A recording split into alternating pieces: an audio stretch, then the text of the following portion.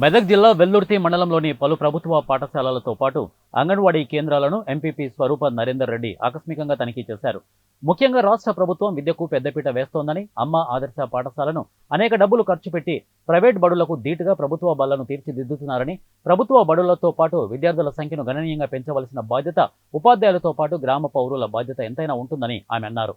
ప్రతి స్కూల్లో, ప్రభుత్వ పాఠశాలల్లో మౌలిక వసతులు ఎంతగానో మెరుగుపరచడం జరిగిందని, గ్రామాల నుండి ఏ ఒక్క విద్యార్థి కూడా ప్రైవేటు పాఠశాలకు వెళ్లకుండా ప్రభుత్వ పాఠశాలల్లోనే చదువుకోవాలని ఆమె అన్నారు.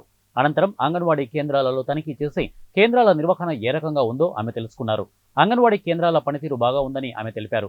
రామయ్యపల్లి హైస్కూల్లో మధ్యాహ్న భోజనం పూర్తిగా నాసిరకం భోజనం వస్తోందని, వాటిని వెంటనే సరిచేసుకోవాలని ఆమె తెలిపారు. ఈ కార్యక్రమంలో రాష్ట్ర ఫిషర్మెన్ కార్యదర్శి తలారి మల్లేష్, వైస్ ఎంపీపీ అంగడిపేట సుధాకర్ గౌడ్తో పాటు మాజీ అధ్యక్షుడు నరసింహారెడ్డి తదితర నాయకులు పాల్గొన్నారు. స్కూల్ ఉన్నాయి. అమ్మ ఆదర్శ పాఠశాలలకు ముందే నిధులిచ్చి గవర్నమెంట్ ముందు చేయకుండానే వాటికి ఏమి మౌలిక వసతులు కావాలనో వాటిని చూసుకొని ఐడెంటిఫై చేసి అన్ని వాళ్ళ వసతులు ఏమి తక్కువ ఉన్నాయి అవన్నీ కావాల్సినవన్నీ ఆ వసతులు వాళ్ళు ముందే ఎస్టిమేషన్ చేసి వాటిని ముందుగానే డబ్బులు ఇచ్చి వాటిని రిపేర్ చేయించడం అనేది చాలా గొప్ప మనకి సీఎం గారు రేవంత్ రెడ్డి గారు గొప్పగా ఆలోచించారు.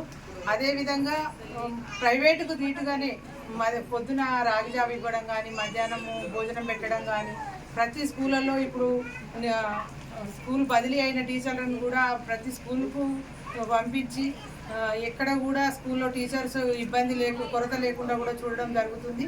ప్రైవేటుగా ధీటుగా అంటే గవర్నమెంట్ స్కూల్లో చదివిన వాళ్ళకు మనకి ఇంటర్కు వాళ్ళు ఫుల్ ఏ నిధులు లేకుండా పిల్లల్ని మేము ముందుకు తీసుకెళ్తాం అనే విధంగా మన సీఎం గారు చెప్పారు. కాబట్టి ప్రైవేటుగా ధీటుగా గవర్నమెంట్ స్కూళ్ళను మన సీఎం గారు